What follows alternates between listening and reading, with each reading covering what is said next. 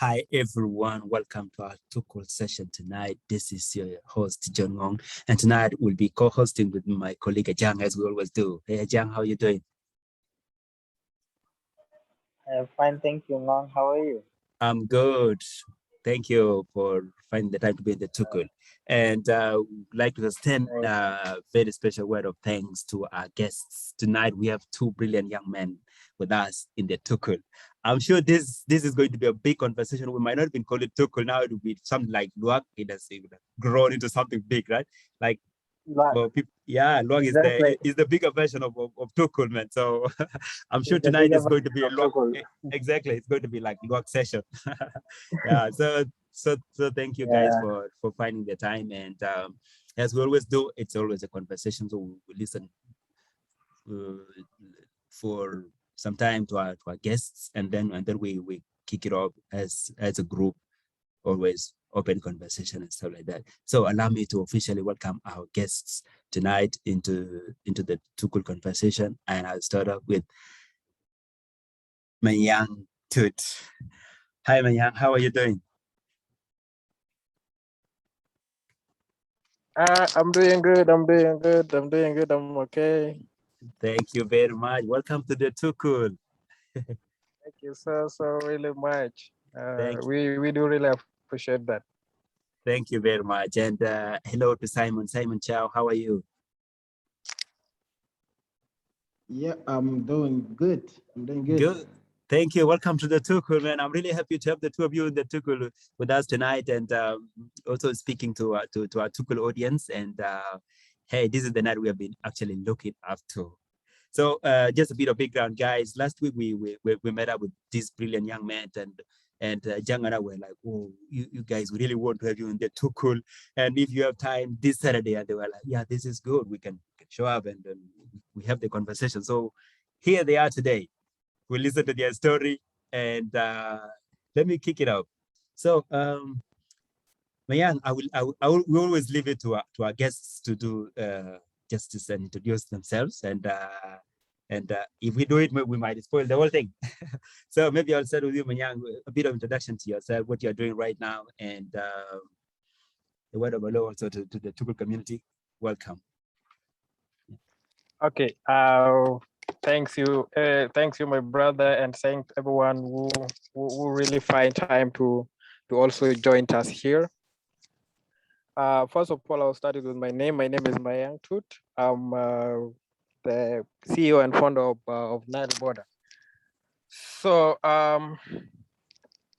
NileBoda is a transportation company that is basically dealing with the movements of the people around Juba.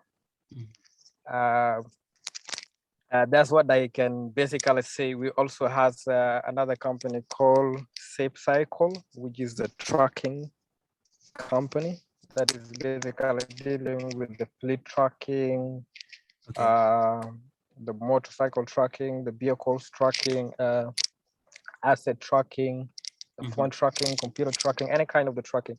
So these are the things that we are actually doing right now. Wow, amazing. So it's two already now. It's not even NileBoda alone. It's something in the background already coming. That's good. So maybe it's two now, but I think we will just talk about NileBoda right now. Exactly. This is going to be about the Nile and Boda in it. Yes. So Simon, tell us about yourself. What you also do in conjunction with Mayang.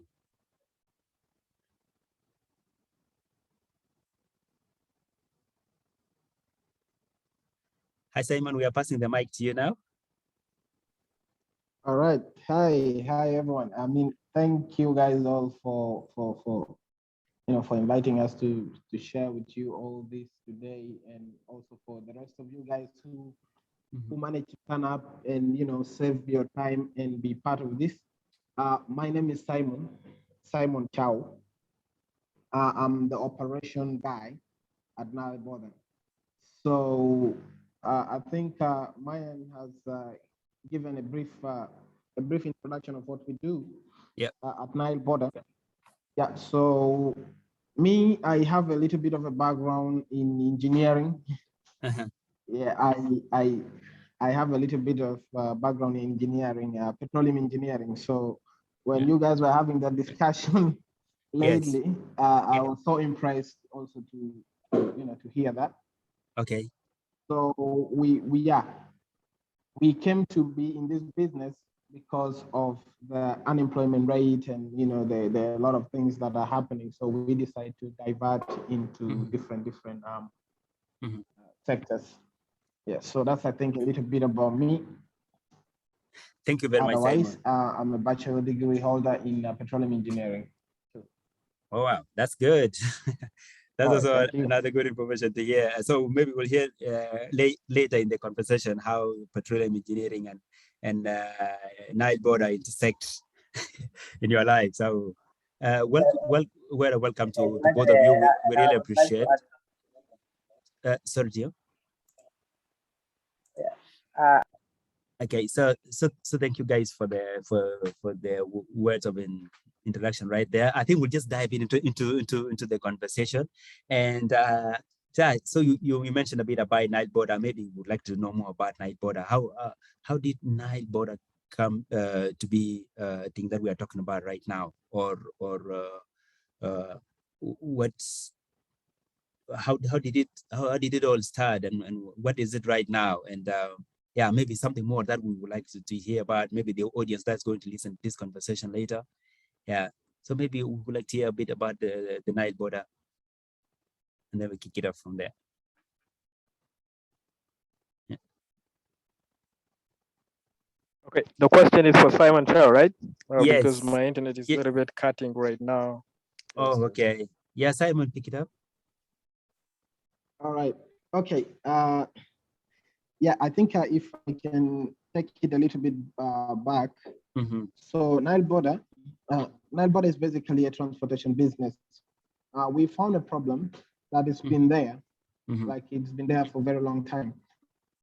Yes. So we know that transportation in South Sudan is a little bit challenging, and the easiest way to get access to transport is through Bodaboda, which is the motorcycle business. And also getting taxi is a little bit easier, but also it's scarce.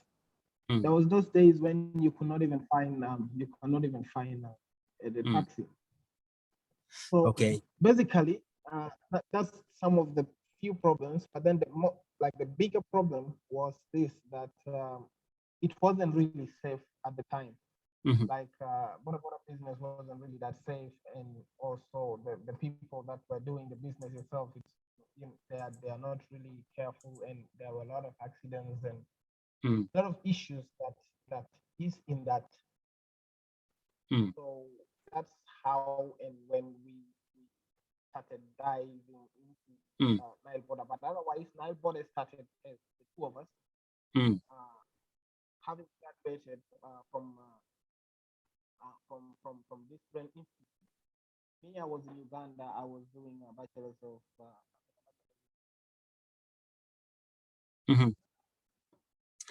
Yes, go ahead, Simon. Okay, I think we are losing Simon there a bit. Maybe Mayang, would you like to pick it up from where Simon stopped?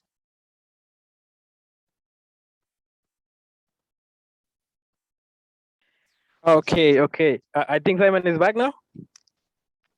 Okay, well, we still can hear him, and his voice was low, and we hear you very well. So maybe you would like to pick it up from there. How NileBoda was formed, and what it exists to solve. Yeah. Okay. Okay. Thank you so much. NileBoda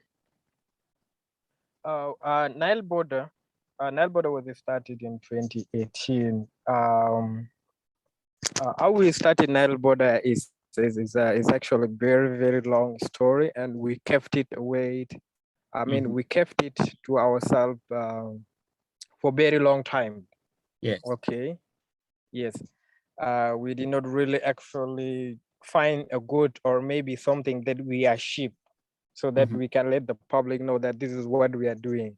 But due to some people who dicked out what is happening and how we started, and some friend who really know how we started, so they went out and sent the news out, and the whole thing goes viral. So it wasn't actually the right time for us, but we feel like we cannot really hide where we came from and how we started, because it's actually the only thing that make us who we are today. Yes. So NileBoda started in 2018 when I came back. I mean, when I came to Juba. I never been to South Sudan. I mean, I never been to Juba. I studied in Ethiopia, in Addis Ababa. I have my bachelor degree in human resource management. I graduated in 2018. By the time I graduated, I came to Juba. I was actually looking for a job. I tried a lot into getting into the job system, like getting inside there. Like I really need to work by that time, but it was not actually possible. So we had to see a way of how we can survive. Let me say, I had to see a way of how I can survive myself before I met Simon. Yes. Okay. So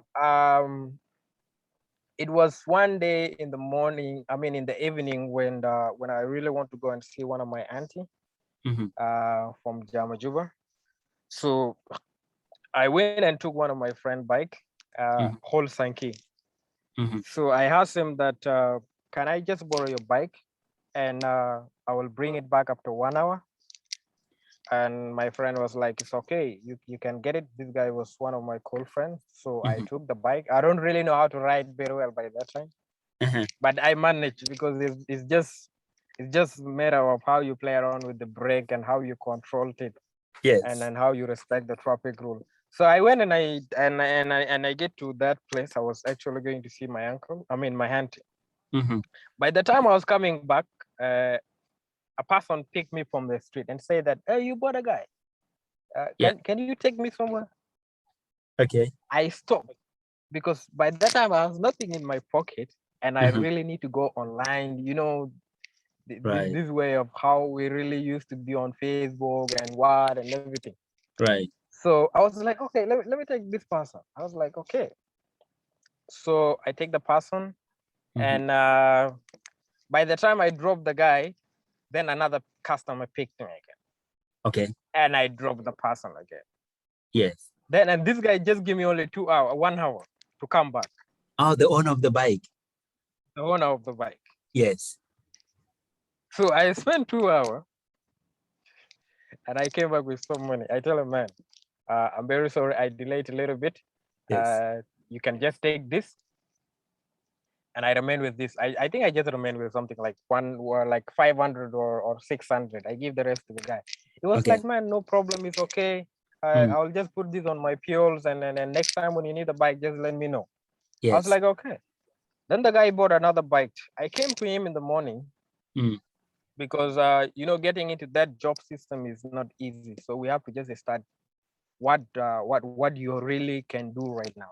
Right. So at the night I was thinking about, what if I become a border guy? So what if I just talk to this guy, then he give me his border? Then from there, I will work for him. I will be paying him daily. And for that time, I'll just put some plan there. Let me just go. I was like, okay. Yeah. I approached the guy, and the guy gave me some condition. Yo, if this bike got lost from you, you're going to pay for it. If anything happened to the bike, you are going to pay it for it. If there is any accident that happened, you're going to pay it for it.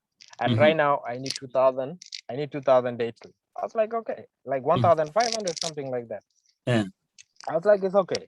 So I took the bike, and I used to work with the bike. After 1 month of using the bike and working with it, I was just trying to learn and to learn customers also, and to learn how the border business operates. Yes. Okay.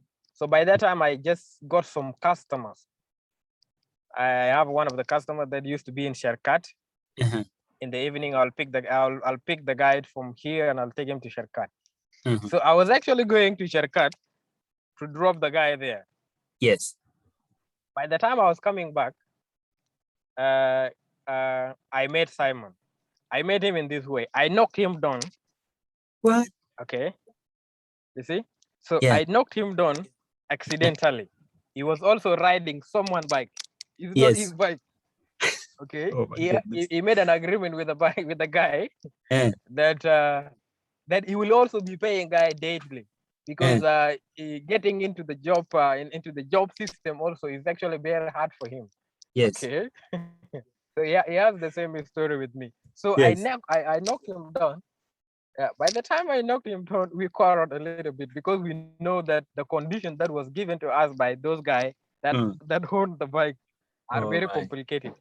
And when you feel like it, and if anything like this happen, you feel like you're losing your main source of income because that's where you That's true. survive, that's where you True. get this from, that's why and all this kind of thing.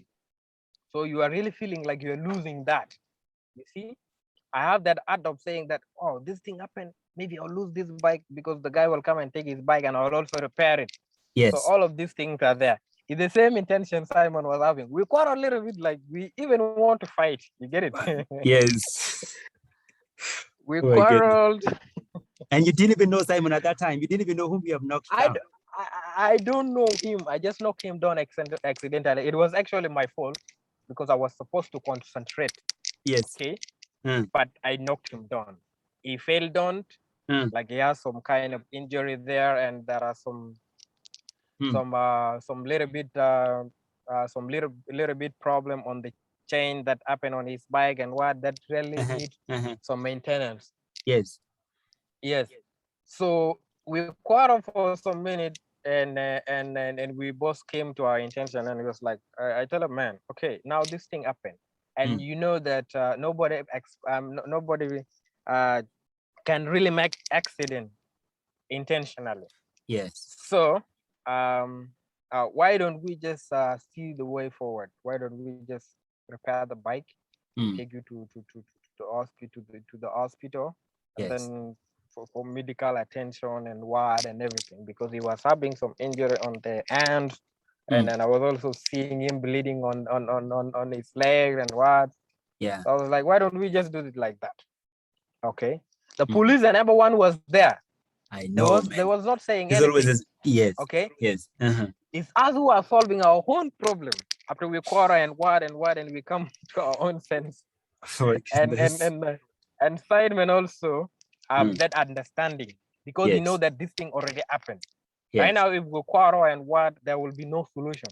If we involve police will also get will also try to get their share. We call it like that. Definitely. An opportunity right there. Yes. Yes. Yes. So everyone was shocked that knowing that we made an accident and we solved it ourselves and we just go.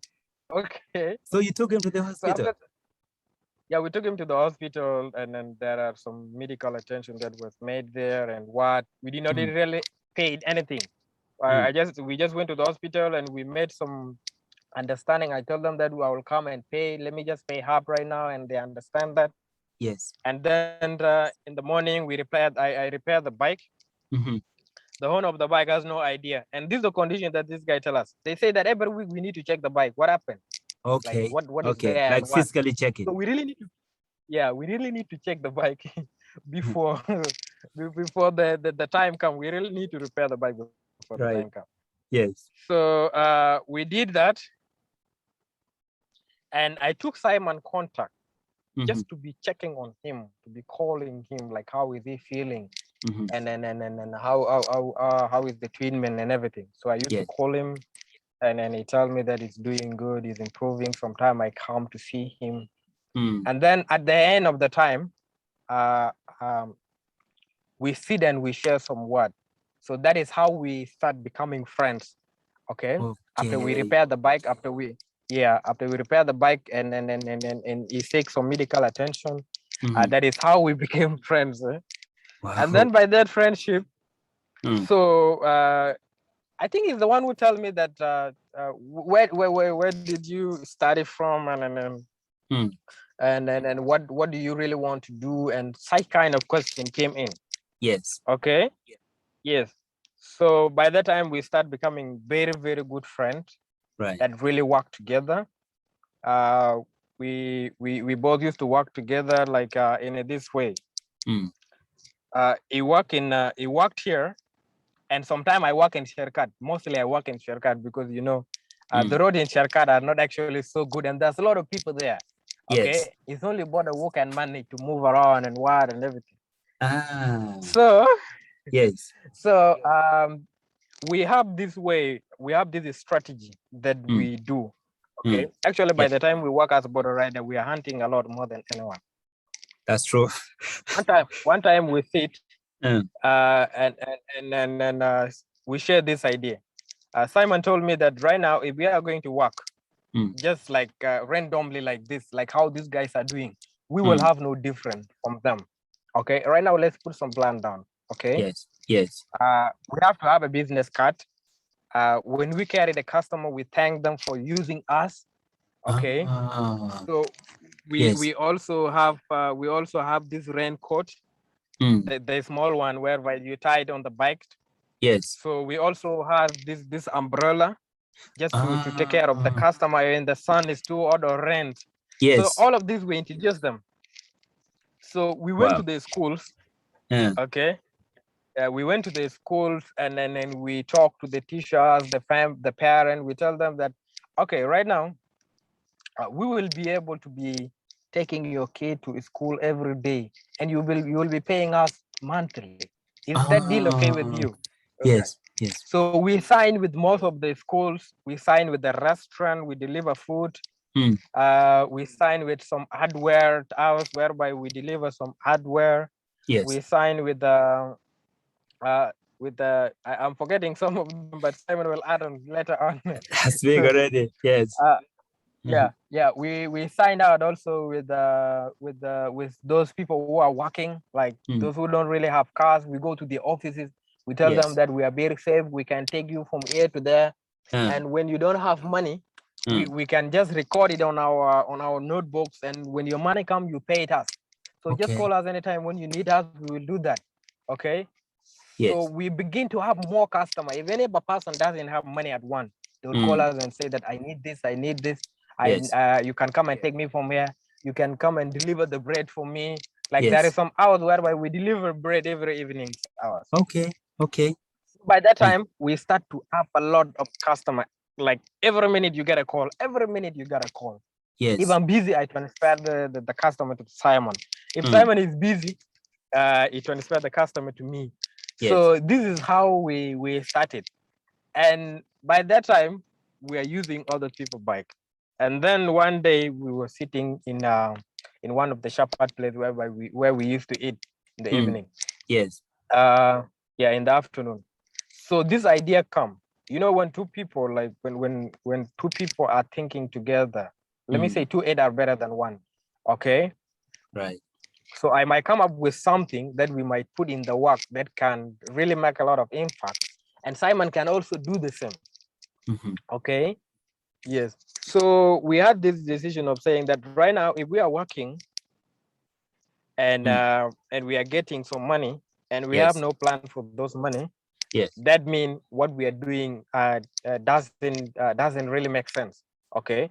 You work today, you spend tomorrow, and then you start fresh tomorrow. And the bike that we are having belong to different people. What if they say they need their bike today? True. Well, we have nothing. Yes. You see? Yes. Yeah, we have nothing to do or nothing to say. So we used to save some money. This is what we challenge ourselves. Okay. Every time there is a specific amount that you have to bring. Okay. We have to put those money down every time. Okay. So both of you were pulling the money resources to one pot, like to one sanduk or something. Yeah. Okay. Yes. Okay.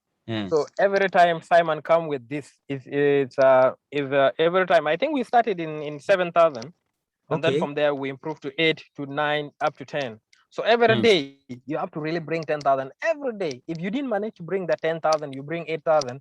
You are having a negative of 2,000 that you have to really bring in the next day. So you will really have to sweat because this is a challenge that we put ourselves in.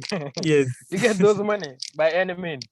Yes. So in a period of 2 to 3 months, we check those money, and then they are enough to buy the one brand new bike.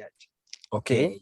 Okay. So we bought that bike, Mm. and Simon used that bike. We went to the owner. We tell him that, okay, man, thanks and what and everything for giving us this opportunity.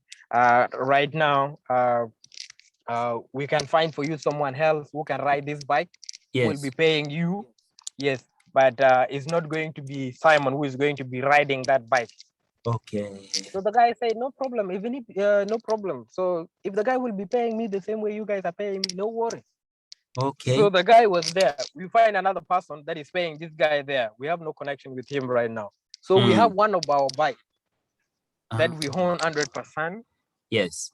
So Simon was riding it, and because we are not paying that guy, Yes. so Simon was paying 13 daily.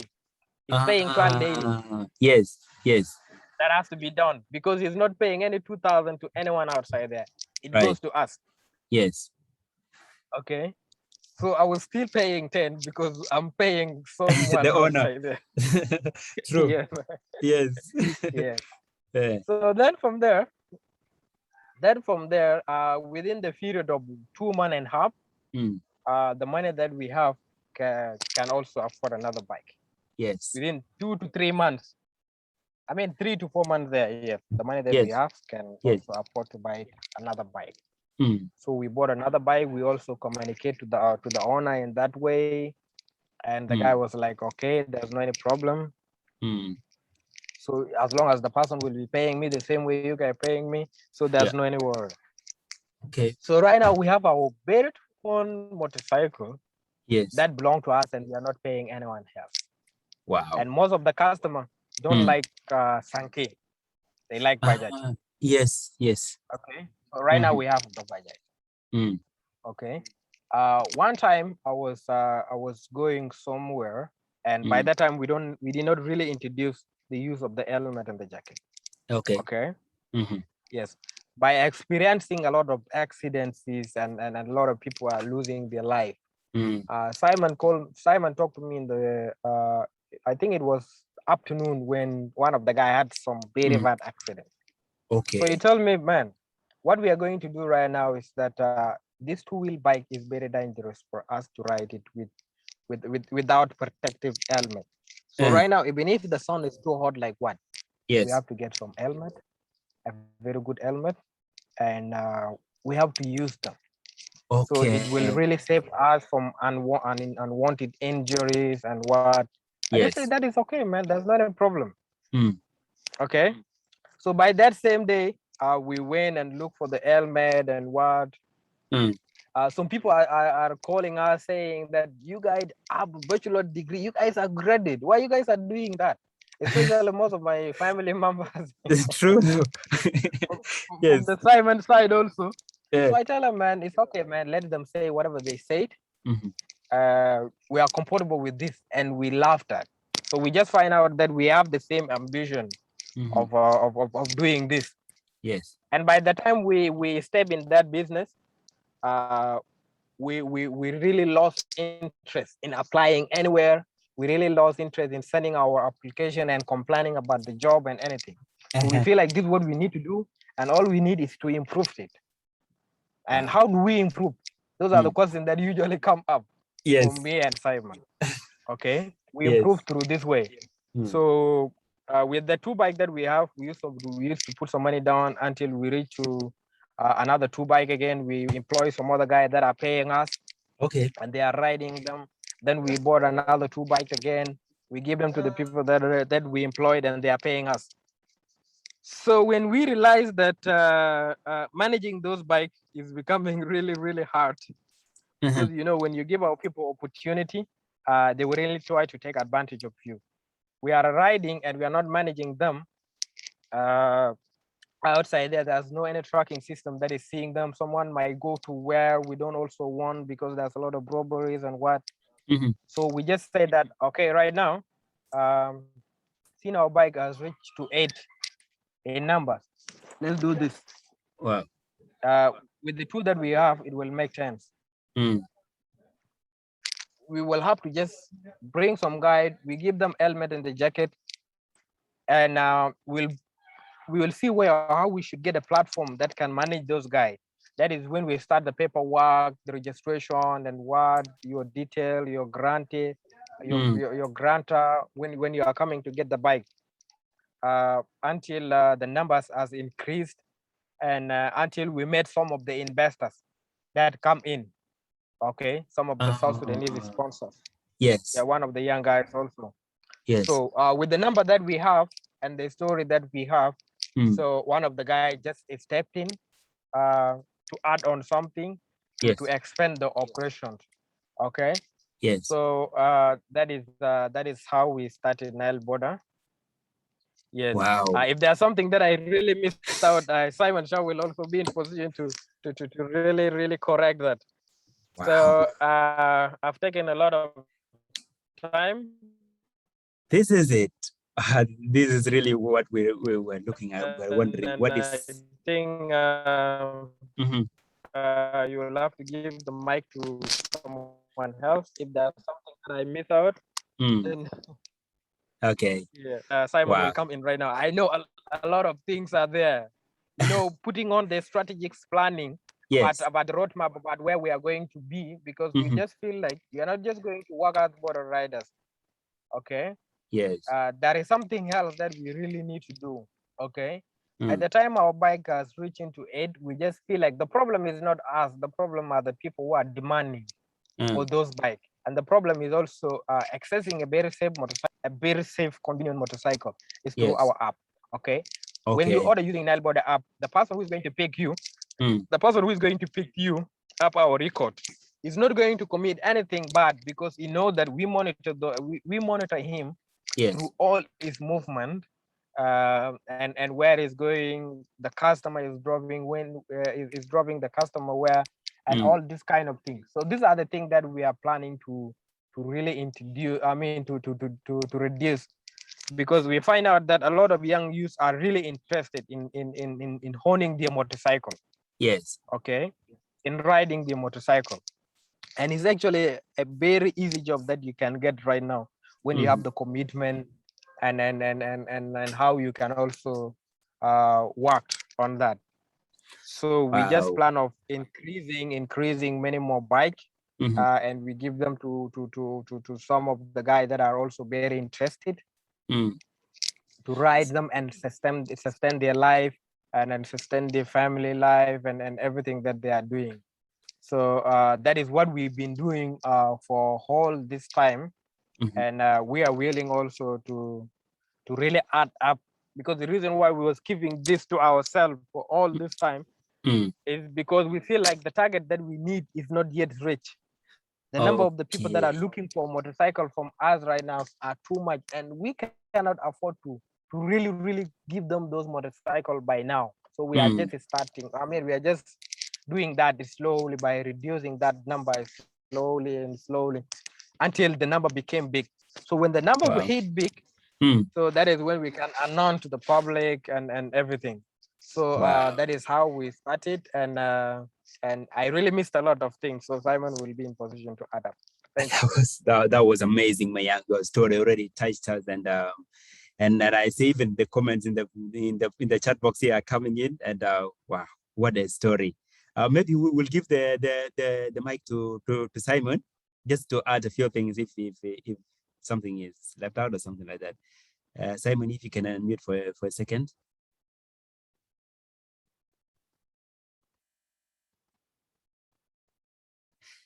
Yes, Simon.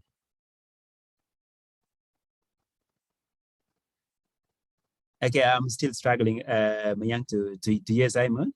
I believe he. Yep. Oh, Simon. I hope you have been hearing us, and it has been, we have been blown away already by the story shared by Mayang. Would you like to add something to this? Yeah. I was listening. I think I had some issues with the internet. No problem. But I fixed it now. Yeah. Actually, you are loud and clear. Very, very nice right now. Yeah. Yeah. So thank you once again. I think maybe just some few things that I can add. So I can also allow the rest of the team and the rest of the listeners also to have time. Yes. Maybe they have some few things they might wanted to know that we might missed out. Sure. So some of the reasons why we even had to come up with this idea of NileBoda is because of the sustainability or the future that we see in the business. Yes. Like the business is actually making a lot of money and is sustaining a lot of people, but then it was a little bit not safe.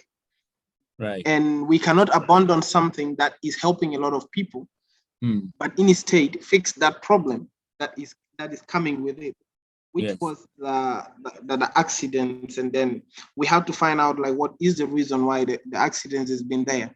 Like some of which of course is reckless riding, and some of which is the concussion that comes from the injuries you sustain by falling and hitting your head. So we had to come up with all these ideas and putting them together to make sure that we make it safe for the people, both for the one who is riding and also the one who is being transported. Right. So we came up with this whole thing and we put them together so that we can be able to also help around there. Now that's why we had the idea of the helmet, the jacket. We also realized that the insecurity in the country is getting also a little bit out of hand. We had to make sure that we put some kind of numbers on the helmets. Yes. To make sure that the people who are being carried have that trust that if in case something like this happened, or if in case this person did not, do the service accordingly, they can always refer and call back the office and raise their complaints. So we want to build up that trust, that has never been there. Even from the name that we have, NileBoda, that name comes on like long way back. We were having arguments and confusion and a lot of hard time even to choose the name. So we thought of this. We said, why can't we make something, of course, in the border business that has a very long vision? Okay. And now, for something that represents us in South Sudan is the Nile. Now, Nile is one of the longest river right now that we have, and it's something that is representing us. So now we want something long. I mean, something with a vision that is longer, like the Nile, in the border business. So we're putting the Nile and then the border together, then it became NileBoda. Wow. Yeah. So we wanted to build up that thing. Yes. Yeah. We wanted to build up that thing all the way from the name, all the way from, from something that represents us in the same thing that we are doing. Yeah. So we proceed with it and we make it something that is of really, really, great value. Yeah. Wow. So that's how we. Thank you. Thank you very much, Simon. I think he also came up with the name. It is breaking on my side. It was okay, go ahead. I can hear you everything happens for a reason, I think. Yeah. Yeah. I think everything also happens for a reason, and I can never go back, in a day and say that the accident was a very bad thing. But then if I could look at the positive side of it, accident also happens for a reason. It sometimes happens for that reason that brings the two together with the same vision, with the same idea, to bring them together. But it can happen also. It can happen through accident. It can happen, through love. It can happen, through a lot of ways. We just have to look at the positive side of it and make something out of it. And to break it down and leave it there. Yeah. The last thing that maybe I can just leave with is that after when we came back from school, we knew that there were a lot of unemployment and a lot of stuff going on. So what we did was this: that why did we even go to school? That was the first question that we asked ourselves. Why did we go to school? Then we realized that school is where you get the education. But now, when you look at it, what is an education? Education is just it's like a key to a padlock that is already there. Yes. And the padlock can be the challenges that is there. Now, we came from different backgrounds. We came from different schools. Yes. But then we have the key. You see, that was Yes. the question we asked ourselves. It doesn't Master matter key. which field, but do Yes. you have the solution? Yeah. Yes. So we look at education to be as a solution. Yeah. So now when we look at it as a solution, then we have to find that padlock, which is the problem. Mm. And we found that in the Bodaboda business, the business that was actually sustaining us, that we made actually a little bit more onto it. Mm. So we thought of like, why can't we find this, why can't we use this solution that we, that we came with, which was the education, and we make this thing to be better, to be safer, to be Yes. easy, and Yes. also to be very much profitable to the youth, which is Yes. another problem also again. Mm. So that's how I think we came up, and then we're like building up every day, every single day we're trying to build up onto it, and that's why, and that's how I think NileBoda was also born. Wow, amazing, Simon. Thanks so much. And this story keeps inspiring me. Every time you're adding a word to it, I'm like, wow. And it has been like, wow, for me here. And yeah, you talked of the whole thing starting by accident. I was even wondering whether there was a time Mayang looked at you and be like, Simon, it was nice knocking you down. And I don't know what you would even say back to him, because, that accident transpiring into something bigger. Mayang, maybe you have your mic active. Have you ever told Simon that it was nice knocking you down? Or you guys maybe had a light I moment really around? Yeah. every day I tell him that every day when let me say when there's something that has improved or maybe something that we achieved. This is what I tell him. I tell him that if I wish, if I knock you down in 2017, right now we should achieve something else. If it happened in 2017, so this is what I also be telling him. That's amazing. I hope people who are listening to this conversation will not begin to knock down their colleagues tomorrow on the road. Yeah, that'll be chaos in the city. but this story, yeah, it's amazing, and God forbid. exactly. For sure, God forbid. And by the way, this story to me is even a reason to believe in God, and how some things are just like purely God's own plans. Look at where it started, man. And maybe, Mayang, I would just go back to you a bit.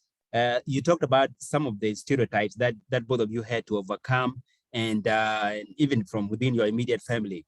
Now, and also from the rest of the society, you guys are young people. Maybe you're already starting to date, and you go to your girl and be like, I'm a Bodaboda guy. Those small intricacies there. Did you find them knocking you down your path or discouraging you, or any other stereotype you have encountered and overcame in the process? Yeah.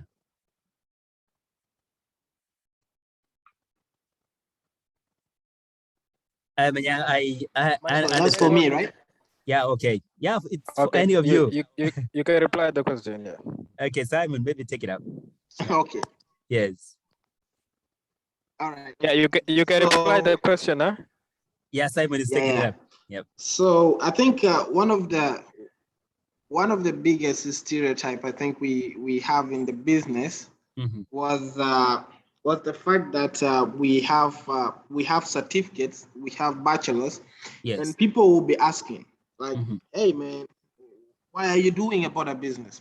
Yes. And then you'll be like, "Well, there's no job, and then we just have to find a way of how we're going to survive in this country." So they're like, "Okay, wait. So do you mean to tell me you've never gone to school?" Then you'll be like, "Yeah, I went to school. I have a bachelor." They'll be like, wait a minute. Okay, wait. Yeah. So you mean to tell me you have a certificate and you don't? You get it? Imagine. Like, even at home, sometimes I get this question that how long are you going to continue doing this, and find a better job? That thing alone kills. It just kills when you hear. Yes. I mean, guys who are so close to you are telling you that when are you going to really get a real job?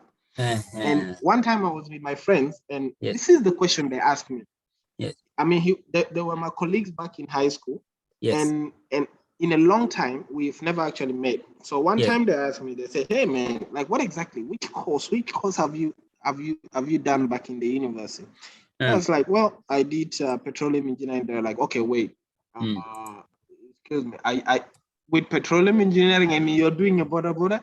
So what is happening? Yes. You know, like you get this kind of you get this kind of a very discouraging stereotype kind of comments and yeah. If we're not stronger and if we did not see the vision in that is so much brighter, I think we would have just thought of like, why don't we just forget about it? You get it. Wow. So that's most of the time what we face and what we get. Wow, yes, that's good. One of the things that I also need to put, one of the things that I also need to put in is that I remember in it was the time when we started, and there is a guy that I used to deliver food to every afternoon. Yes. So this guy came from US. You know how he actually came up with that mentality of spending a lot of his time in his workplace, and he don't need to go outside and look for something that he can eat. All he needs is to call me or to text me about the type of the food that he needs. I'll go and get it for him. So one day, one of his guys who is also working with him asked me, man, you're very young and you're doing a border. You're riding a border. Why don't you just go to school, like study? Maybe you can go to school and try to finish high school, because they told me that I'm very sure that you did not finish high school. Why don't you just go back to school and study and come and get a better job like me? Okay, he was trying to tell me that you just get out of that thing that you're doing and go back to school and come back again and you can be like me. I was like, man, thank you so much, and I will really try to do that, because I don't want to disappoint him, because our people, let me say that our people grow up with that mentality of saying that if you don't have a bachelor degree, they will consider you as failure. Okay. Yeah, you don't know that we study so hard to have that bachelor degree, but it's not helping us right now. Okay. Oh my goodness. I don't want to tell them that I go to school. Yes. I don't want to tell them that I go to school. But I think it was this last 2 months ago, he read about our story and he hit me up and he called me. And I tell him that, man, by that time, I don't want to disappoint you and to tell you that. So I actually went to school, but it's not helping me to get a job right now. Wow. Okay. So that's one thing we. And Mayang, even for young people who have graduated in South Sudan. Yes, exactly. With the mentality thing, that there are a lot of young people who might have graduated actually in South Sudan, and still they don't want to associate themselves with certain works and maybe this border business particularly. How do we approach this? How do we dismantle this? Your voice is cutting a little bit. Can you reply the question? Oh, sorry. No, I was asking about the mentality that we have. People looking at border people who, people who have never been to school, and again, there might be other young South Sudanese who are outside there with their degrees, and they say we don't want to do the border business because of the associations that are attached to this. How do we dismantle this mentality? How do we unlock? Okay, as what I said last some few minutes ago, that our community has that mentality of saying that if you didn't really have that bachelor degree or diploma, they will consider you as someone who already failed. So let me take you back to this story. Me, I don't actually like school.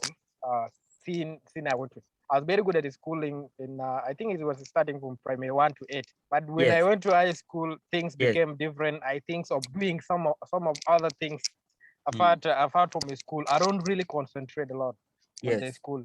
And one of the person that has really fight so hard for me to align with that school stuff is my mother. The moment I don't really concentrate on the school and a lot of things, she will tell me that I'm just resting a useless child that will do nothing to me. So our people has that mentality of saying that if you did not really go to school, you cannot do anything. Okay. Yes. But what can we say right now? Because I really understand that there's a lot of people that that did not really go to school, that really made a lot of things that really changed this world. Okay. Right. So why don't we just change that thinking capacity of letting our family or maybe our parents or everyone who is watching outside there that school is not actually the key to your success. Okay. Right. It's not actually the key to your success. Okay.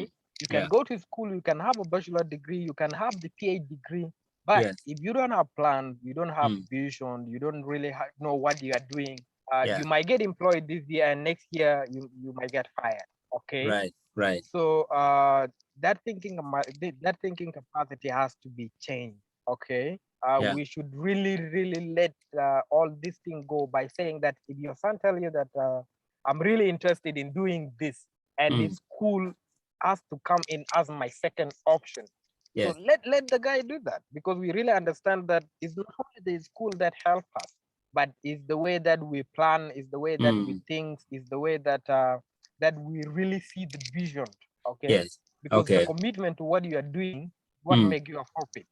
Yes. So Thank you. That is what I can really say. I think maybe just if I can add. Yes, Simon. Yeah, if I can just add a little bit, I think onto that. I like the phrase where he mentioned, he said, we have this mentality that if you don't go to school, then you are a failure. Yes. But then there is this also that that we went to school and we are also riding a Bodaboda. Yes. And out of the Bodaboda, we make a business out of it, and we make our own office for that. Yes. So I think that can be a takeaway. Yeah. Right. Right. Can be a takeaway for the youth who are out there. Yeah. So it's not just a school. One time I was talking to my friend, and then I told him this. I said, in South Sudan, we shouldn't be complaining of the jobs that are not there even. I told him, I said this. I said, if you can take a container of water, clean water, you take this container, you put it out there, just out on the street. You put a cap on top of that.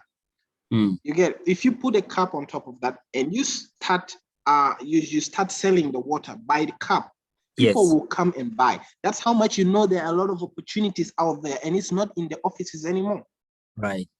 The jobs that are there in the offices are all taken away.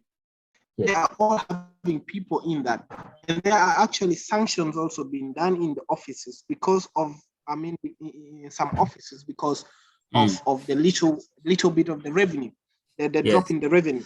So the opportunity is out there. It's now in the street. Wow. You see? So that's, I think, how we looked at it. Thank you that's how very I much, feel Simon. like if we all look at it, it will be really, really interesting. Yeah. Wow, amazing there. And actually, I like this story because first of all, it is a story of both of you beating the odds and coming out strong.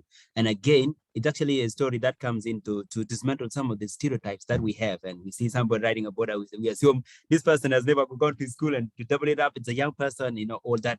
I would like to take you back a bit, Simon.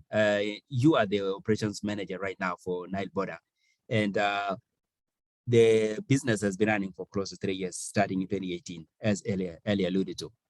What has it been like in terms of growth? Like, how many Bodabodas now do you have under NileBoda? You can just ask this. Is it shrinking? Is it growing? What is it like right now? Okay. Long time back, we were having some few. Yes. So the business keeps growing in this sense that before we actually start leasing out the bikes, because we have like three ways of how we do the business. Yes. One of which is we lease out the bike to the youth who are there, who are willing to work, and then we give them that opportunity. But first, of course, we have to make them pass through some training, and we need to know that they are the right people who can be taking people from places to places.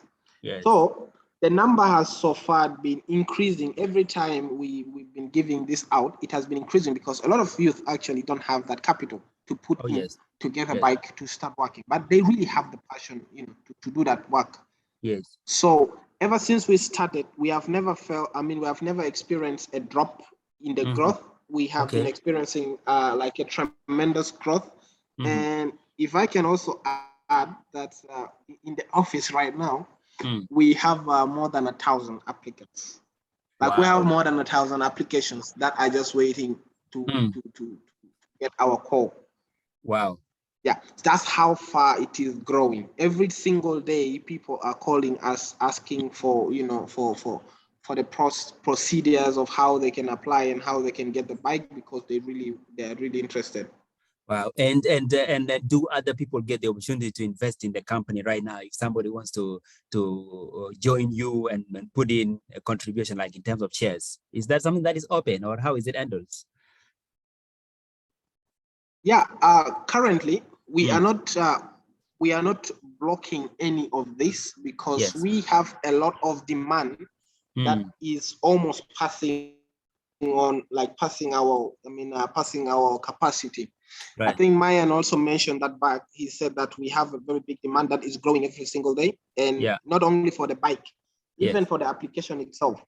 Right. The use of the application, the demand for the use of the application is growing every day and every day, and people are actually requesting, like, how can I do this? How can I do that? So with this bigger demand, of course, we're expecting for expansion. Okay. And we're expecting for more bikes, and also modernization of what we already have. I think that is open for everyone. Yeah, we can sit down and have a chat. Wow, that's good. And Simon, actually, you are managing the operation. I still have a lot of questions for you, but we are going to open it up for the rest of the participants to come back to you. I see questions already in the chat. In terms of daily challenges that you are overcoming, actually, your riders, the people that are riding your bikes, any significant red flags that you want to tell somebody, if you're running a bike, this is something you really need to be careful about, or something like that? Yeah. Any specific challenges, maybe one, two? Yeah, I think one of the biggest challenges that we face in this, it's when you do something out of passion, there's always a way of how you're going to be how you're going to align yourself into that business, because this is my source of income, this is my source of wealth, this is my source of survival. You develop a passion to do it by making sure that you don't have any problem with it. And that's how we actually started. We have developed that passion, to ride for someone, even if we're not going to own it, but we develop that passion to ride for someone, because we know we're getting something out of it. Now, the bigger challenge we have with most of the riders is this, that some of them still have this mentality that there's this challenge. I think you can also relate, or you can I'm sure you've ever seen that a lot of youth who are riding Bodaboda, they don't have side mirrors. And one time when we were doing our own research, because we don't allow that on our riders. If we find that, we make sure either we penalize you so that you align yourself onto that. Now, what we got was this, that they feel like they are not, they don't know how to ride a bike if they have that side mirror. So it's more like a mentality that is being developed, that if you don't have side mirror, then you are master of a bike. So with their colleagues, that right? mentality, most of them also came up, like they came with it. And also, again, they also have the other mentality of like, I cannot be wearing a helmet and stuff, until one of our riders who actually felt he was almost knocked terribly down from behind. He had to escape because the side mirror helped him notice what was coming. And also on top, the helmet, because he jumped away, because he has seen it from the side mirror that this guy is coming at him and it's not really good. So he had to jump away from the bike. Now, in the process of jumping, he hit his head. But then when he removed the helmet, he felt fine, and he felt that there was nothing. Now, This guy, he even came and testified it himself. That guys, if it wasn't for the helmet, and if it wasn't because I am trying to change that mentality of not using this, it would have hurted me so badly. And these are the mentalities that we've been, like we've been trying to make sure that we change. Right. They feel like they don't want to wear it. They feel like it's only for the NGOs or for the MTN, for the guys who works at MTN and these big companies to do that. Yes. Yeah. But they don't know that it's actually for them. And also for the recognition, also for to make a difference out there for themselves, also to earn more. Yeah, because with the recognition people have for the company, it gives them that that respect and that recognition, so they get more customers into their side. Oh, okay. And it's all for them. Yeah. Do your riders stand just by the roadside the way we see other Bodabodas, or do they wait with an application, I mean with the phone in their hands for the application to give them notification, and then they go to the direction of the rider? Or how do they pick their customers? Most of them, they already have even a lot of customers, and that is why I was saying that the demand for that, the demand on the side of the application of the request of the people is too much. And now our riders is becoming a little bit few in that area, because the demand is bigger than what we, what we already have, and the services that we're already giving. Okay. So most of them already have a lot of signed guys, like who offline are just customers. there to call them straight. Okay. Exactly. Yeah, they have already clients everywhere that who calls them at any time. So that most of the time you will not see them on the roadside, because they are just there delivering and also taking people to school back home. Like they're doing that most of the time. And in terms of impact in their own lives, do you have somebody coming back to the company and say, "Oh, you have saved my family and I'm feeding them now," or success stories that these individuals come back and testify to the company? Anything like that? Yeah. This is something that we even hold a meeting to call all the riders, also to hear from their fellow riders, and also get inspired by the activities and the strategies used by other riders. Okay. So we have like two guys who came, and they felt like they wanted just to tell the story. Okay. So one of which is this. His name is Okwera. Okay. Yeah.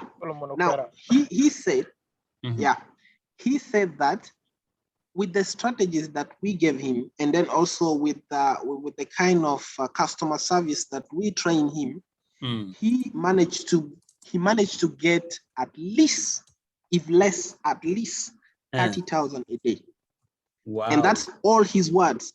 I was also thrilled by that. I was so surprised. I was like, man, this is really good, And one of and the other one is also called Barnaba Dut.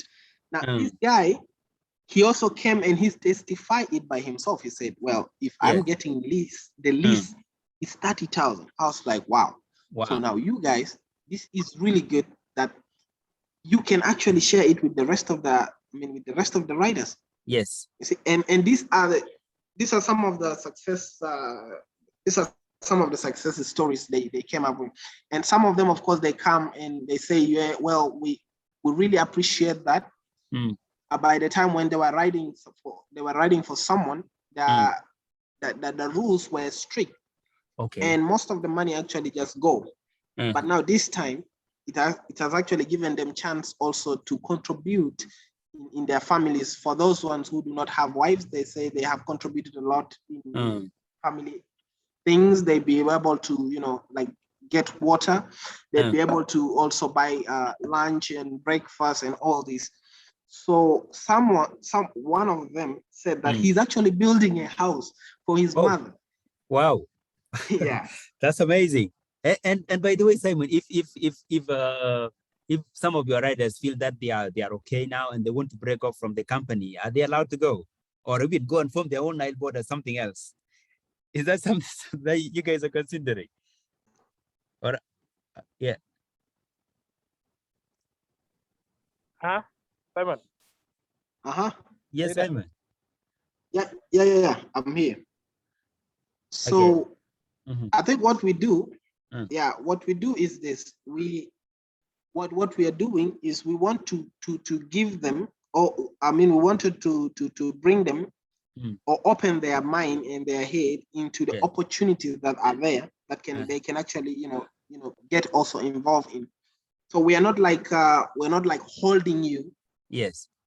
We're not like holding you tight and say you don't have to go anywhere. Yeah. You only just have to sign with us and you see it yourself. Yes.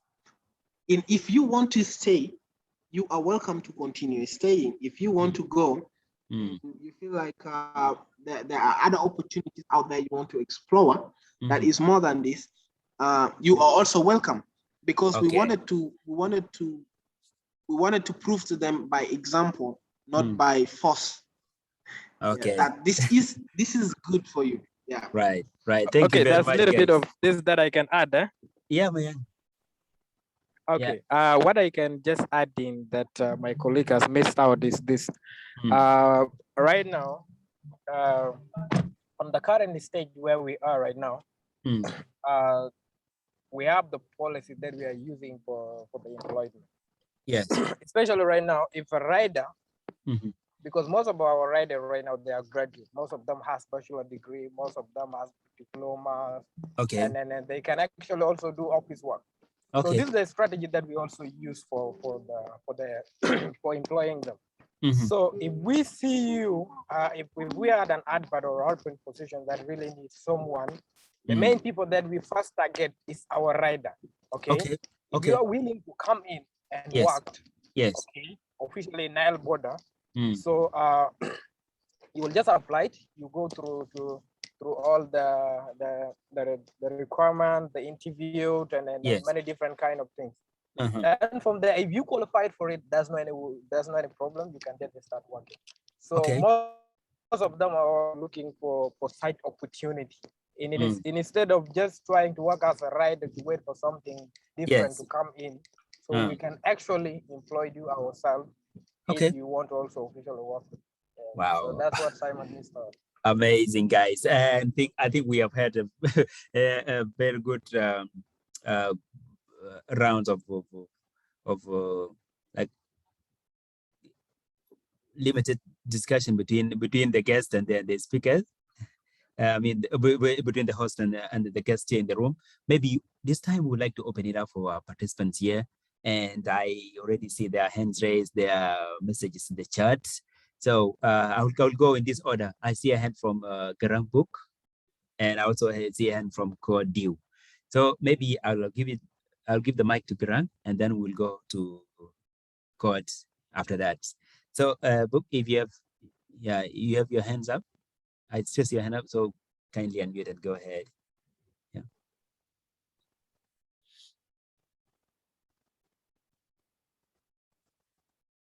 You are muted right now if you are speaking, because we can hear you.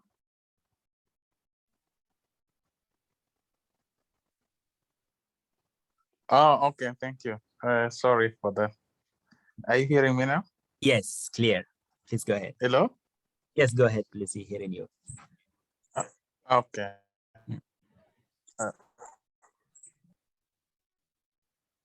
Thank you. To say thank you. And I think this, bring in, it's actually like to spell out the essence of, going to school. Education is not just about, being in the office or doing the white collar, but rather it's, to open up your mind and being able to like to rationalize. And, this is where, the innovation come in.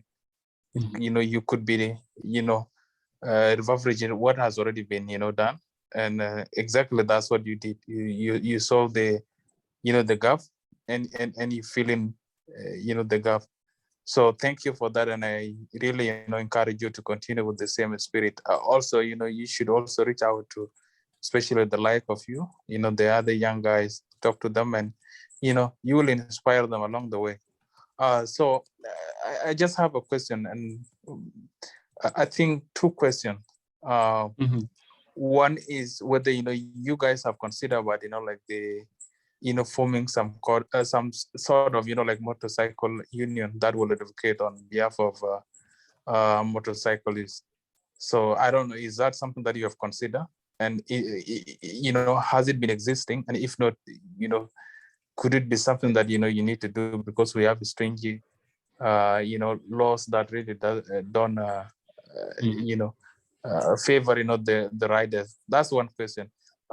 My second question also is about the you guys talk about like how you get your customers. And I'm beginning wondering, could you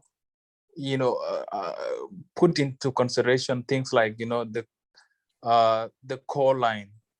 Because if you know what Uber is it's the same idea, but with Uber you request and then they come where you are. But I think our context is completely different. There are people always who with the malicious intention. Already, are you considering, or is it already in place, the call center that people will call in and then you connect them to your riders or something like that? So those are my two questions. One is the union and the other one is the call line. Thank you so much.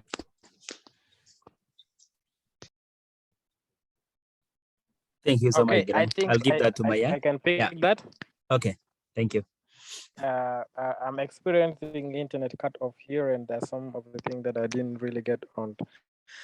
One thing that I also get so well is that you mentioned something about the Uber.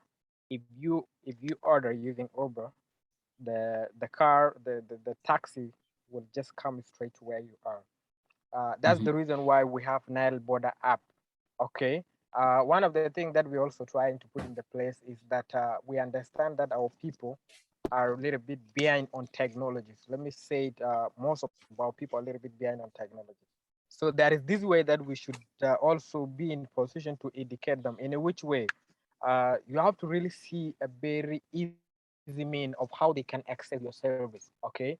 Which is whereby if they need to go anywhere and we have issues with the internet or anything else, there has to be a second option. The second option is that calling the rider that is in your estate, because we have some of the pliers that that we also make. We print many of them, and most of them are distributed. We also have some of the office line. If you need to go anywhere and you cannot access the app, and there is issues with the app, so you have to just call us and we direct. Okay, you call the customer service, and the person who is working on the customer service will also see the rider that is in your location. Yes. So when they saw the rider that is in your location, I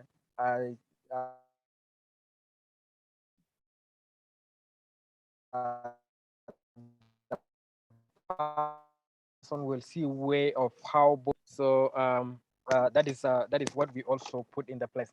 The second question, I mean, the first question, I didn't really get it so well, but Simon, if you get it, then you can just be in position to reply to save our time. Yeah, I think I got the first question. It was about the union, like having a union and also involving other riders from outside to also join. I think that's the question, if I get it well. That's true. Yeah. Yeah. Otherwise, this we have it. We actually had some flyers, and we went stage by stage, every single stage that we can find on the way. We went through and we gave them some flyers so that they can be able to join and also be part of this, like to be part of all this, part of the application, part of the tracking device, part of the also the services that our own riders also are also involved in. Most of them, they did not respond back. Most of them, they did not respond back. But some few of them, of course, they responded back and they became part of us. And right now they are working. They are working under the same umbrella. Okay. So we are not going to stop there. But this union is there that we need every single rider, if possible, to come and then they pass through the system and they also get to know more about how you also treat your customers, how you ride, the importance of helmet, why you don't need to remove your side mirrors and all these things. Yeah, we have that in place. Amazing. We just need to be educating them every single time, and also going out there and making sure that they are aware of the whole thing. Yeah. Okay. Thank you, Simon, and also Mayang for your responses. Maybe we'll go to our next participant, and we have Kuad Diu. Kuad, if you can unmute and go ahead with your question.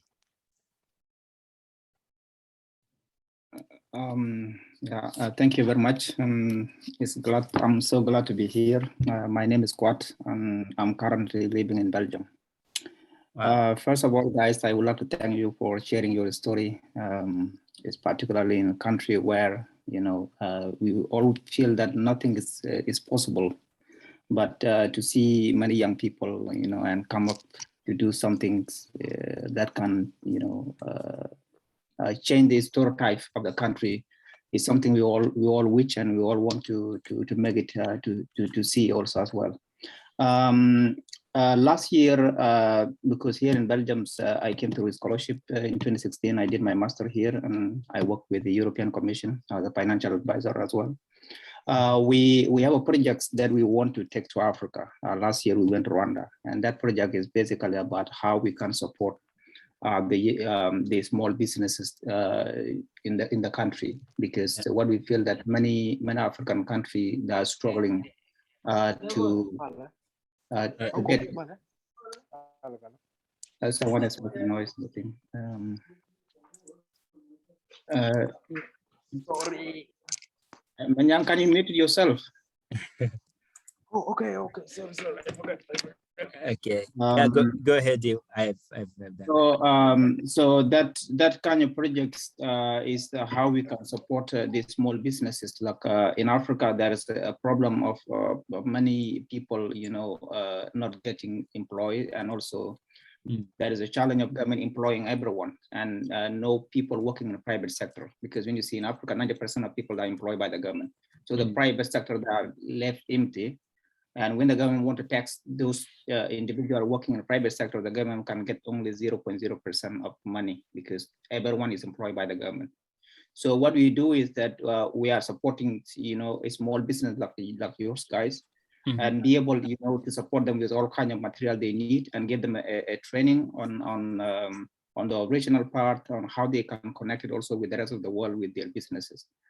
In Rwanda, we have been there, and we have like 25 different businesses, and we've been supporting them, and now they are doing very well. And the government now is taking 10% of people to the private sector. So to see this kind of a story, we also would like to come to South Sudan as well. But the problem is that in our country right now, we don't have a stable government, and all the money that we have in the country, they are being held by individuals. Yeah. And there is no money in the system where, we can be able to inject it to the economy and be able to allow people to take loan from the government. And then, and when they take loan, and then they pay back, maybe monthly or yearly as a loan. But now the problem is that's one of the challenges we are facing. But to see this kind of story, it means that you change, the narrative of the story. And what I can say is that you have to keep it up, and you have to keep going.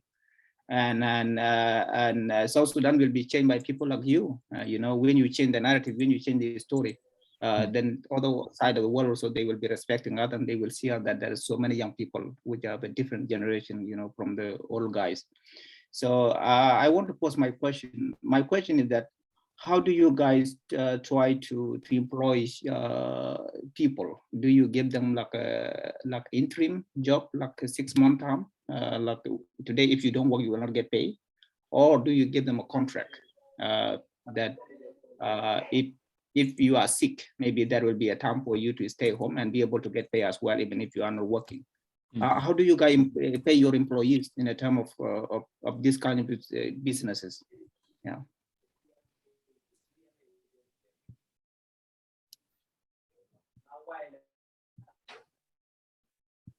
Okay.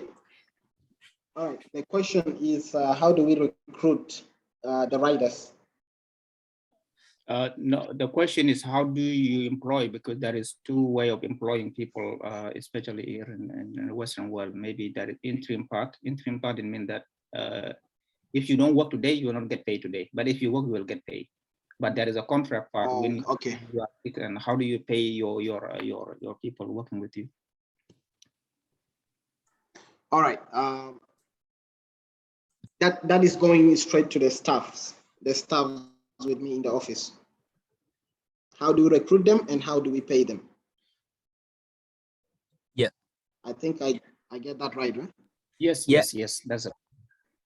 Okay. So what we do with the staff is this. We first we publish. If we wanted to recruit, we publish, and all those who are interested apply. And also before we also publish it, we make sure that first of all we find from within the riders those who have the capabilities to also to be in that position of delivery.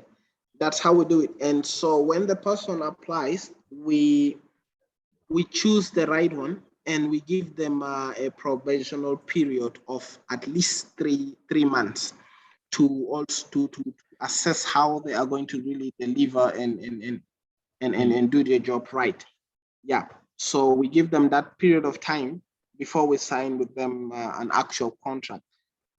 The first 3 months is going to be a probational period, which is just going to be simply some few amount to keep you going so that we can also know how we can, how you do your work. Yeah. Okay. And in terms of pay, are they paid on daily basis or are they paid on monthly basis? Is it a contract? That's what Kawad was asking. What is the nature of the contract? It's a contract. Mm-hmm. Yeah, it's a contract. It's a probational period contract. We give you only 3 months, and the payment is done in 2 ways. Mm-hmm. We make sure that it's you who makes the choice. If you want it weekly, we give you weekly. Okay. If you want it monthly, we give you monthly. So we make that choice to be open. Okay. Thank you very much. I also saw a hand from Sidonia. She's here in the call. Maybe Sidonia, you can unmute and go ahead.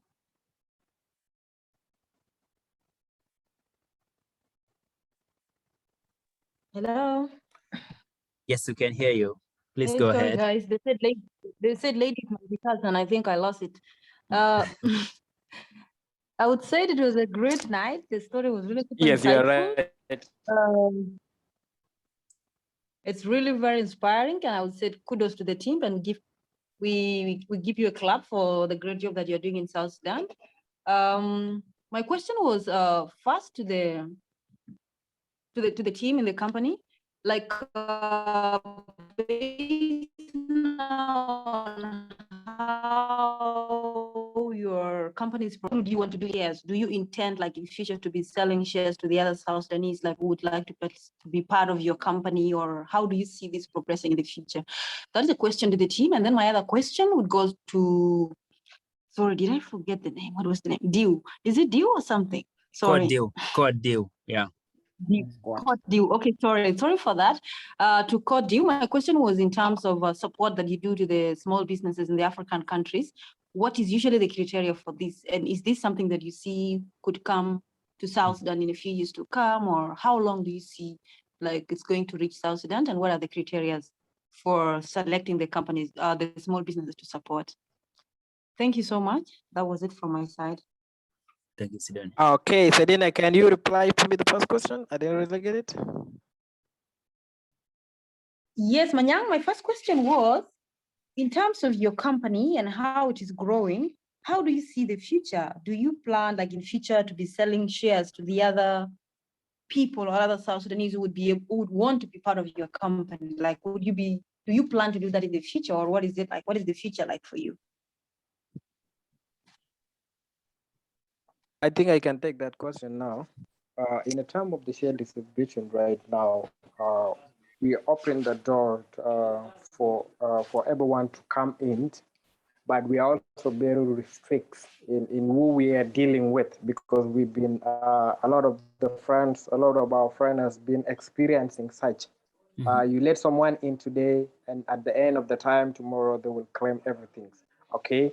As a young youth who don't really has a lot of connections and powers, and we are also trying to make, so we are very, very strict in who we deal with. Actually, right now there is a room for investment. If you want to come in, you can actually come in, but our terms and our conditions are also there, because the company is in the stage of the growth. Okay. Yeah. And all we need is the growth. If someone come in today and expect dividend in the end of the 2 to 3 months, we don't deal with such. Okay. According to some governances and some finance rule that we have read about how most of the, let me say, how most of the United States companies succeed is because they do the share distribution when the company has reached into the extent whereby it cannot fail. Okay. Yes. Everything we are doing right now, we are investing it back into the growth of the company. And anyone who is going to come in and expect dividend in the end of the 2 to 3 weeks, 2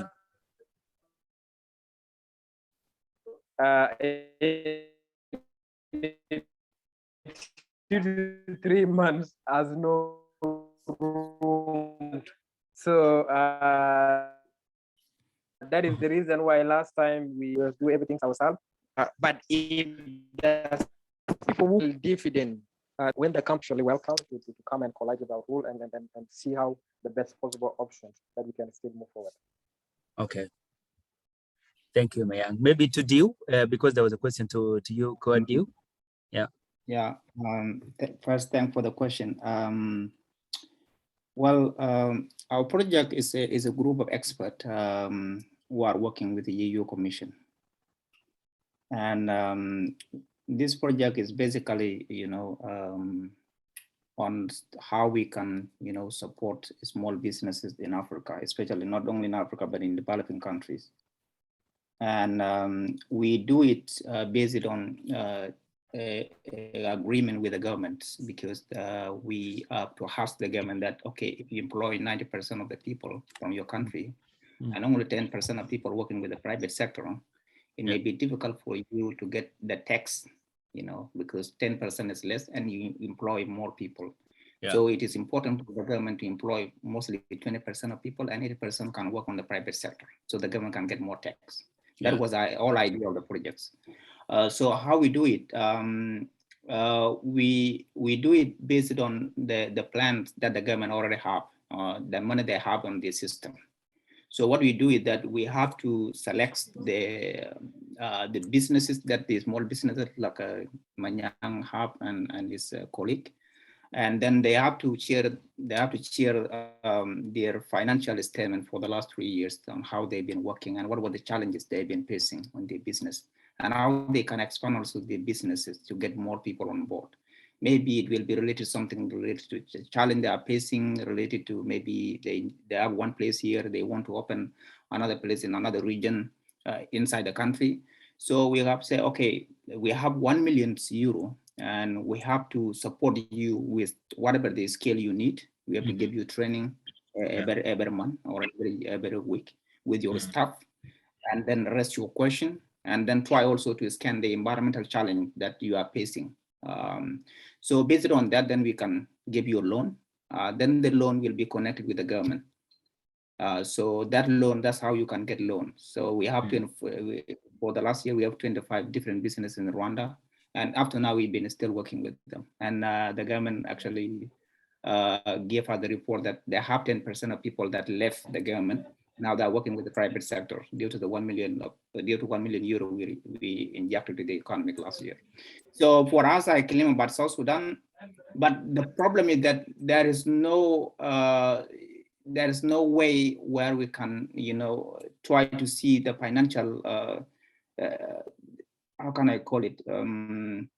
The financial budget of the government. Financial projections? Yeah, financial projections in the government. Because the government actually, the money they've been owned by the individual. The money we have now in the country, they're not in the system. They've been owned by the individual, maybe outside the country, or they have them in their hard currency. That's the biggest problem. So we don't know actually what was the budget of the country. So we cannot just go, okay, we're 1 million euro and then we want to inject to the system. But there's no money on the system already. That's a big challenge. And maybe difficult for us to you know, for young people, you know, who want to start business, on how the West can support them. So I'm working very hard to make sure that we have to take that project to South Sudan, because based on all those story, I want them to prove. There are some businesses they have to share with me. I want to hear this. That's the reason why when I see something like this, then I have to come and I have to understand from people who are working there. Maybe I can understand a little bit about the financial projection. Yeah. Maybe 3-4 different businesses. Then I can support my claim that we have a people who can be able to do the job. That's the reason. Thank you. Wow. Thank you very much. This is a big opportunity actually, even for the colleagues here in the room. Maybe is it possible to get your contacts and maybe keep the conversation happening with you even outside Tukul? I think that would be a good thing if it is possible on your side to share. Yeah, sure. I can do that. Okay, thank you very much. Yeah. Okay, guys, it has been wow, one of those moments. Like, this is a different level now of the Tukul conversation. Maybe we will pick a few more hands. I know it's late in the night, guys. Yeah, but maybe we'll pick Philip. We'll give you the mic for a few seconds. Please unmute and go ahead. Thank you so much. You're welcome. Thank you so much for the chance. And I would like to thank the two guests in the Tukul and also the host. Today is a great day and Tukul is growing. I have seen about 14 participants. I would like also to thank them and for taking time and joining us. Today is a wonderful discussion. However, I will not take long, only to ask one question, maybe two, from the two guests. The two are from different programs in terms of bachelor degree. The one is engineer, the other one is human resource. Yes. And indeed, they have used their mind from different programs. They have used their mind to come into one, that is creativity. So they have tried to sustain their life doing that business. Now the question is, the two degrees are in the box as certificate.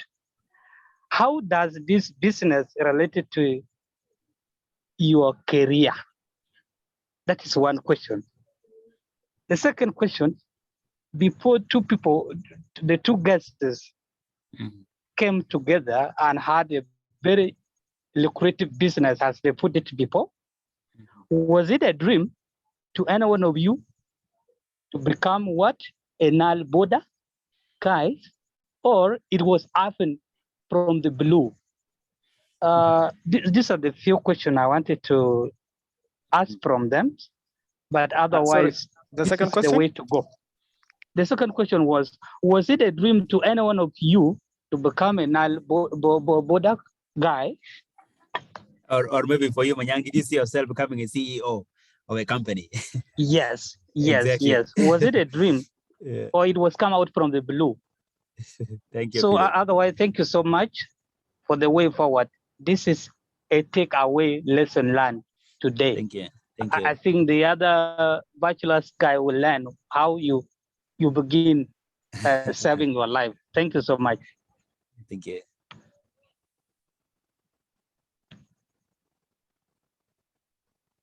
I can pick it from there. I think the question are two. I think I'll pick the first one and Simon will take the second one. Okay. Or maybe the second question is really going direct to me. So let me take the second question. Yeah. and Simon will go the first. You was talking about was it your dream to work as a border guide, or was it was it your dream to work as the CEO of NileBoda, or the plan just come out of the blue? Yep. You know, when the whole of this thing is started, there are some milestones that we put down that we are just working on. Okay. Yeah. This thing had been it had been there for a while, but we put ourselves in that position of trying to make sure that we work and every day there has to be a progress. Okay. Yeah. I've learned so much about business when I was very young. because my mom also do business, and I feel like that's where I belonged. Okay. Yes. So working as NileBoda CEO right now was just a dream that we had for the first time when we started. Okay. Yes, because we was not actually working as a random guide who also work as the border guide. We actually has the plan for it. So we are just working toward the dream that we set. Okay. Yes. Since we step in, so I dream of being that, and Simon dream of being the operation manager. So these are the two dreams that we had. Okay. So that's how I can simply reply to you. The second question is how does the business relate to your career? I think, Simon, you can just pick it out from there, and I will add some things on top of it. Okay, I think the network was breaking on my side. I didn't hear the second question. Maybe if you can repeat, please. It was the first question. I was like saying, you people have completed bachelors from different fields, and the certificate are there in the box. How does this business related to your career? Yeah. Oh, okay. So how does the business relate to our career? Yes. How does it relevant? Because you have bachelors, you did a different field, fantastic academically. How does this relevant to your career?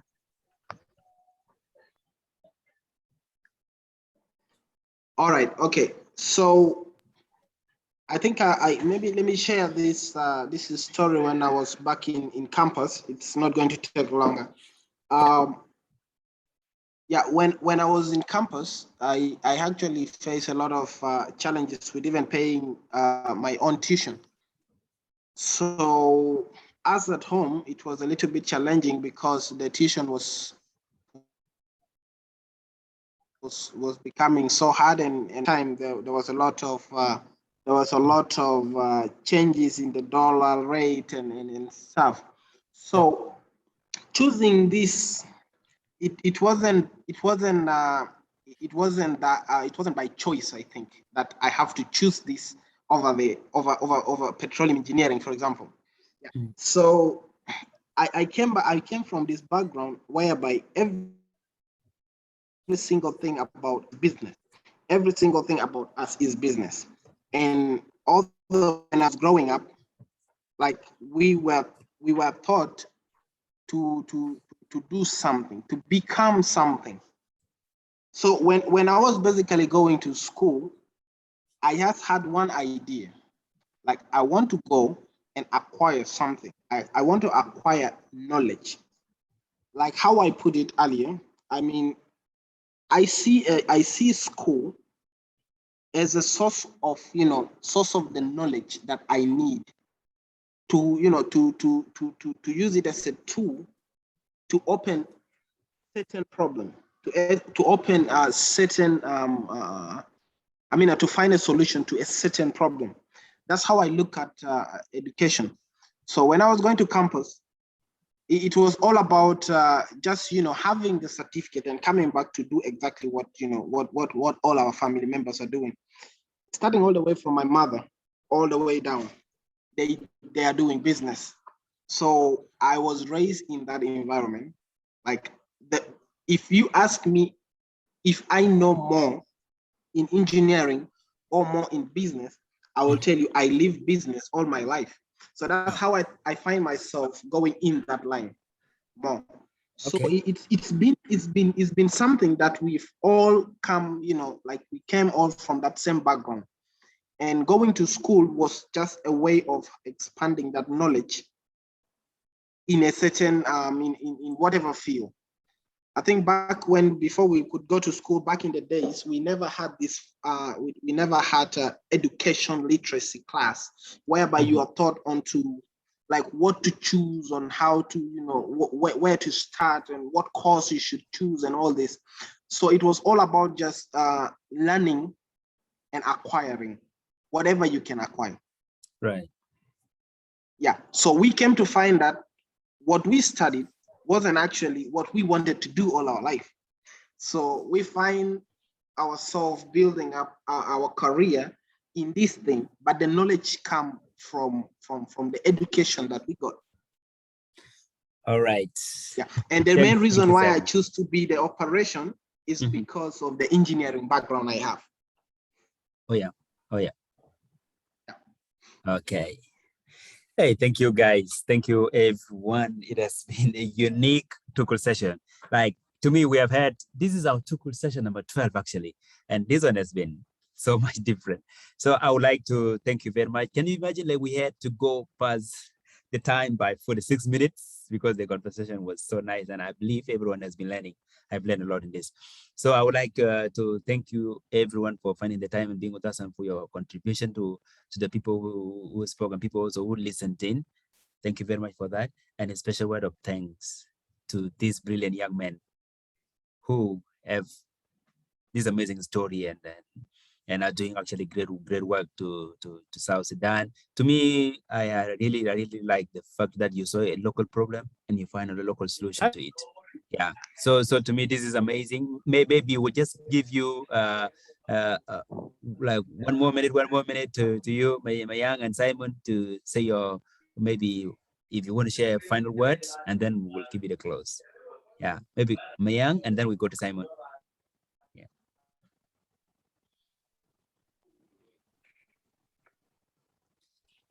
Okay, thank you so really much.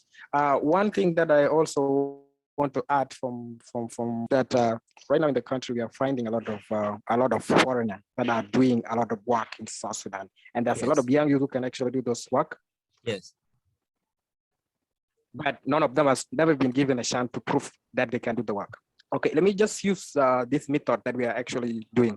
Right now we are running NileBoda and Safe Cycle, which are both tax companies that require a lot of skill, that require a lot of commitment and a lot of work. And since we started, we never employed a foreigner to come and work here. Okay. What we normally do is that there's a lot of people with the skill outside there. So we just bring one person who is an expert if things are getting out of control, if that person is really needed. We bring one person from our youth that has some little bit of skill and who is also willing to learn. Yes. So that person has to be trained, even if it costs us to, mostly we bring people from Uganda, Kenya, and the rest of the African country. So that person has to be trained and has the skill. So when you find out, you will just realize that those guys has more skill if they are being trained, instead of also just bringing everyone to come and also work with us. So that is actually one thing that we also need to improve. We should also believe that the youth should also be encouraged by giving them the training that they need, by giving them everything that they need. So at the end of the time, we can find ourselves that we are doing most of our work ourselves, instead of bringing a lot of people to come and do what we can actually do. Thanks everyone for asking us, and we do really appreciate that. Thanks for the thanks for the mindset, John Ngoc, because such sessions are what bring youth together and discuss the best possible way of how we should also reduce the unemployment in this country. So I recognize that, and I do really appreciate that. Keep up the good work, and within time, this thing could be recognized. You know how Churchill held Kenyans a lot. Okay. Yes. When that guy of Churchill started, he started like this, and right now is bringing many different people on board to discuss the idea, to find out the solution. So I will really encourage you to really move on with the process and just dream big. Okay. Thank you, bro. Dream big, set up the plans, and everything's possible. Thank you, everyone. Wow. Thank you, Amazing. and the rest of the guys there. Yeah, thank you very much. We're really happy. Okay, maybe final word for Simon. All right. Thanks once again for giving me this. So I think what I wanted to just maybe say is that this Tukul today was really awesome, and And this is how I look at it. It's not only for us or for you, it's for all of us that Right. we can be able to, contribute and, look and find some insights that we might not pay attentive to, or we might not have maybe seen it. And also to appreciate and also thank each other, most importantly, also us, the South Sudanese who have been so much in, like so much behind in a lot. So we have to push ourselves and, move on forward. And I've seen that this is the way, in our all small tukul, we can be able to discuss all the big dreams and big, Right. Ideas, Right. and help each other and build, like how you said it, and build up and make something out of the tukul. So this has really been awesome. I get to meet a lot of people here, a lot of contributors, a lot of questions, a lot of insight, a lot of uprising opportunities. I also see that it's really awesome. And thank you for hosting and everyone for contributing. This has really been awesome. Wow. Hey, thank you. Thank you guys. And to me, talking to this audience tonight was like one of the biggest things we feel. Oh, wow, it's actually good to have the tukul. And and I'm really hoping that we will continue with the conversation. Thank you all for sharing your experiences and the ideas that you have. Maybe next time we'll talk about safe cycle because this conversation keeps going on.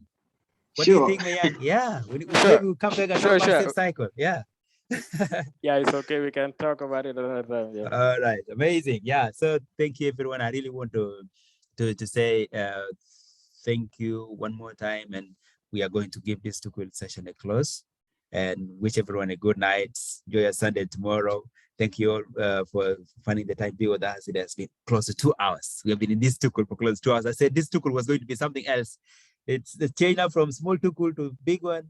We call it work, maybe something like that. But everyone would really appreciate. And then for NileBoda, you can actually go and download their app. I actually downloaded their app today, and I have it on my phone. So next time I need a safe ride, I'm going to dial in there and request for their services, and I'm sure I will go to my place safely. Thank you everyone, Quad, for the contribution all the way from Belgium. This is the first time we're getting contribution from Europe, so it was a blessing to have you. And at this point, we'll say have a good night to all of you, and we see you in the next tukul. It's a bye-bye from us.